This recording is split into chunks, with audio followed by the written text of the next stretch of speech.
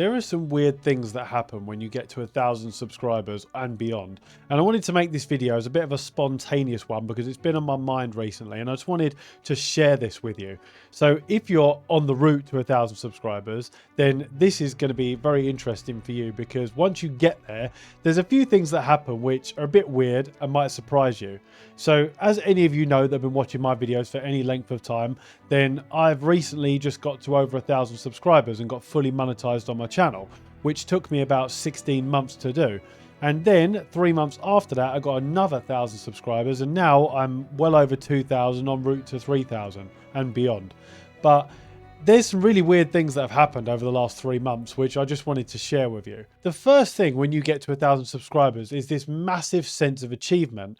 You feel like you've achieved 1 million subscribers. It's that sort of weird sensation you get where you know you haven't changed the world, you know you haven't won the lottery, but you still feel like you have in a weird way because it's such a hard climb to get to 1,000 subscribers and to get to that point, because people just don't take you seriously when you're less than 1,000. It's just an authority status projection that people see. They look at you, they look at your channel, and it's like if you tell your friends and family or colleagues or whatever, and they go, "Oh, how many subscribers you got?" And you go, "Oh, like 800." And they're like, "Oh, okay, fair enough." Whereas if you say you've got like 10,000, they're like, "Oh, wow, that's really, really good." So you know that it's sort of an authority thing. So if you've got less than 1,000, people just don't take you seriously. You can make a video or whatever you want, and the first thing people will do is look at your sub count, and that is probably what stops them subscribing. So that growth up to 1,000 is really difficult. After that, it seems to get easier. So once you get to 1,000 subscribers, that massive sense of achievement is there. You're like, "I've done it. I've unlocked monetization. It's amazing. It's really, really cool." And then you get the watch hours and everything, and you just get this huge, overpowering sense that you've conquered the world, which is a bit weird because you actually haven't. You've just got to the very basic level.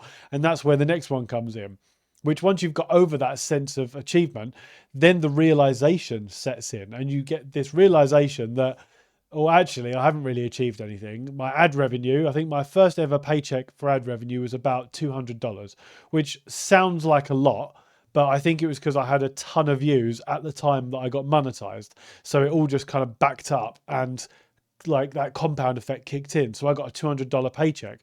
So I've had people in the comments going, $200? Wow, that's amazing. Mine's like $50. So it all depends. You range from anything from like 50 to 200 to 300, whatever. It depends on a whole number of factors. But ultimately, it's not enough to make a living off. So you get that realization that the ad revenue is just a little bit of extra pocket change that might put some petrol in your car or might buy you a family shop, or you can treat your spouse out for a nice meal, or you go out for some drinks with your friends and celebrate. And that's really all it's going to do. And the realization kicks in that, well, actually, I've not really achieved that much. I've just got the basic level for YouTube. Now the real fun begins of trying to grow and scale and get to that next level and build some sort of business or just build an audience or whatever it is you want to achieve for YouTube. The next sort of big goals kick in.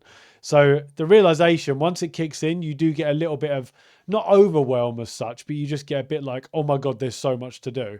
And I don't know if I can achieve it all because I've now got these big ambitions. I need to make videos. I've got an audience that relies on me. I need to make videos for them. I need to make community posts. I need to do behind the scenes stuff. I need to start really building this thing from the ground up. Next up, you have a big change in your growth on your channel. And I don't think this is just for me because I've seen it with loads of other channels as well. And what happens is once you get to 1,000 subscribers, the subscriber count, the way it's displayed is different. So 0 to 1,000 subscribers, it counts up individually. So you'll know every individual subscriber that is on your channel, and it will show on your YouTube channel every individual subscriber. Once you get past 1,000 subscribers, it counts up in tens. So it'll be like 1,110, 1,120. If you look on the back end in your YouTube Studio app, obviously you can see the individual subscribers you've got all the way up. But on the actual YouTube page itself, it just counts it in tens. So when someone subscribes to your channel, unless they're going to take it over to the next 10 number, like 20, 30, 50 or whatever, they're not going to notice much of a difference. So it also, the growth is impacted by the fact that you're now over 1,000 subscribers. So people are likely to take you more seriously. People are likely to subscribe to your channel. You'll get a growth in subs. You'll get a growth in views. I've noticed this anyway. And there might be people in the comments and let me know if this is you that haven't had any change in their growth since they've reached 1,000. But for me anyway, as soon as I reached 1,000, it all changed. And it wasn't just one particular video. It was a lot of my previous videos as well. I started to get growth on videos that I hadn't got any views in a while. And all of a sudden, like I said earlier, it took me 16 months to go from 0 to 1,000 subscribers. And then in 3 months, I got another 1,000 subscribers. And it's way beyond that now. It's like it's approaching 3,000 before long. So it just grows a lot quicker. Now, don't get me wrong, you have to still be consistent. You have to keep your audience engaged. You have to keep making videos. You have to keep trying to get better each and every time.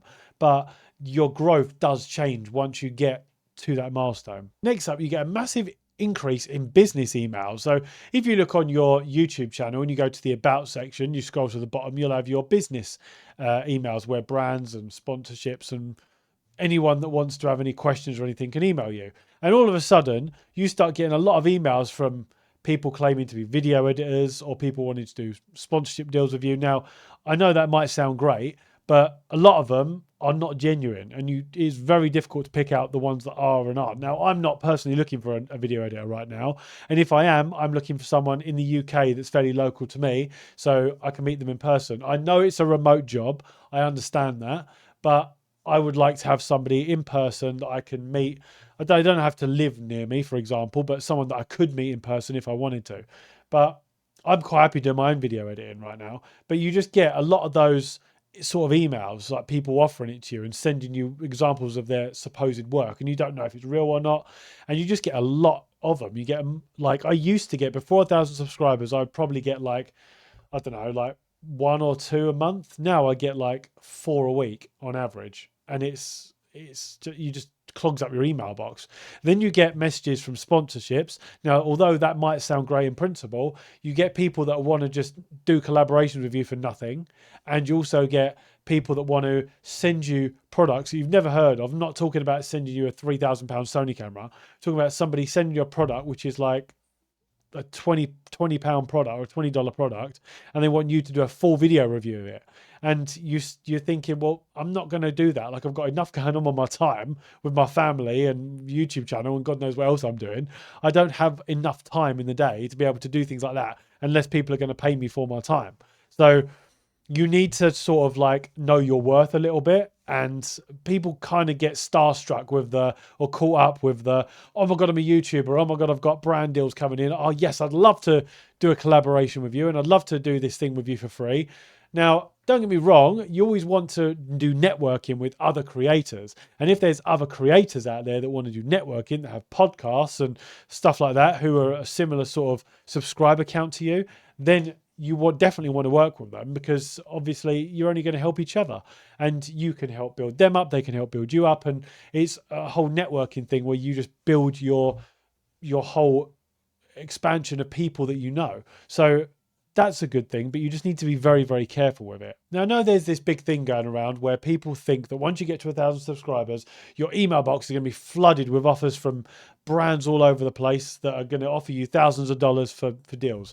And the reality is you don't really get that. Now, I know I've already touched on this, but you do get people coming in wanting collaborations or to send you a free $20 product and then you to do a whole review on it. And you get stuff like that. But you don't really get as many brand deals coming in as you think. You do get some, and then you have to negotiate and all that kind of stuff, but you don't get the sort of ones you think. Now, you do have to go hunting for them, and you can't go to them and say, oh my God, I love your product so much. I really want to work with you on it. You need to like say what you can do to help them and better their product, and then send them your media kit and all your views and subscribers, and don't overinflate stuff. Just talk about how you can help them and the fact that you are a subject matter expert in that field and you can really expand their brand and all that kind of stuff. And then you'll get better opportunities. But just sitting back waiting for people to come into your inbox, it does happen. But most time it's not as good as what you think it is. So don't rely on the fact that once you get to 1,000 subscribers, you're going to get loads of brand deals, because it doesn't happen. And the final one, and this was for me anyways, you either get a sense of motivation or collapse. And this is a bit of a weird feeling because for some people, they'll get to 1,000 subscribers, they'll go through all of this roller coaster of emotions, which I've already mentioned, and they'll get their email box being flooded. They might not have had any additional growth. And all of a sudden they're thinking, why have I done this? I've got to 1,000 subscribers. Like, it's a bit of a letdown. It's a bit deflating, to be honest. What's happening? Nothing's happening. And then they just think, well, this isn't worth it. I'm just going to give up and I'll try something else. Now, if you get motivation, on the other hand, like I have, so I started getting loads of views. I started getting much more growth in my subscriber count. I started getting a lot more engagement and comments and stuff. So for me, I'm just now super motivated and I'm like, right, what's the next milestone? The next milestone for me is to get to 10,000 subscribers before the end of the year. The next goal after that is to get to 50,000 subscribers by next year. And I want to reach this monetary goal in my business by next year. I want to have got this many views on a particular, on a video, on one particular video by next year. And I just write down all of my goals and things that I want to achieve by the end of this year and by next year. And then I just think, right, what needs to be true for me to achieve that? What do I need to do for me to actually achieve that? There's no point writing these down if I'm not going to do anything about it. So then I will just write down what needs to happen in order for me to achieve those goals. And then I just go ahead and attack it. And I just don't give up. Because let's be honest, and I've said this before, the only way you ever fail at anything in life is if you give up at it. So 1,000 subscribers is a great benchmark and it's a great entry level, but that's all it is the entry level. Once you get to 1,000 subscribers, congratulations, you've achieved the hardest part of the YouTube journey, getting that first milestone done. Once you've done that, now it's all just hard work from here and dedication and focusing on the new goals. And let's say I do achieve 10,000 subscribers by the end of this year. Then my next goal will be 50,000. My next goal will be 50,000 views on one video.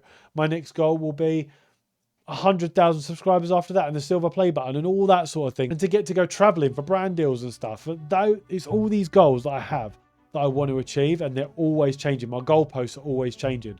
So I hope this has been a little bit useful for you. And if you're under 1,000 subscribers and you want help, then click some of the links down below, because I'd love to help you and see what I can do to make you succeed in your YouTube journey. And actually, at the time I'm making this video right now, it's the night before we're about to go on our first ever family vacation abroad. And I'm excited, but I'm also a little bit nervous. I think we're very prepared for it, but yeah, we'll just have to wait and see. So there'll be a video coming out about that, which I'll release on the channel at some point. But good luck for me, because I need luck with this experience. Anyway, I'm going to go now.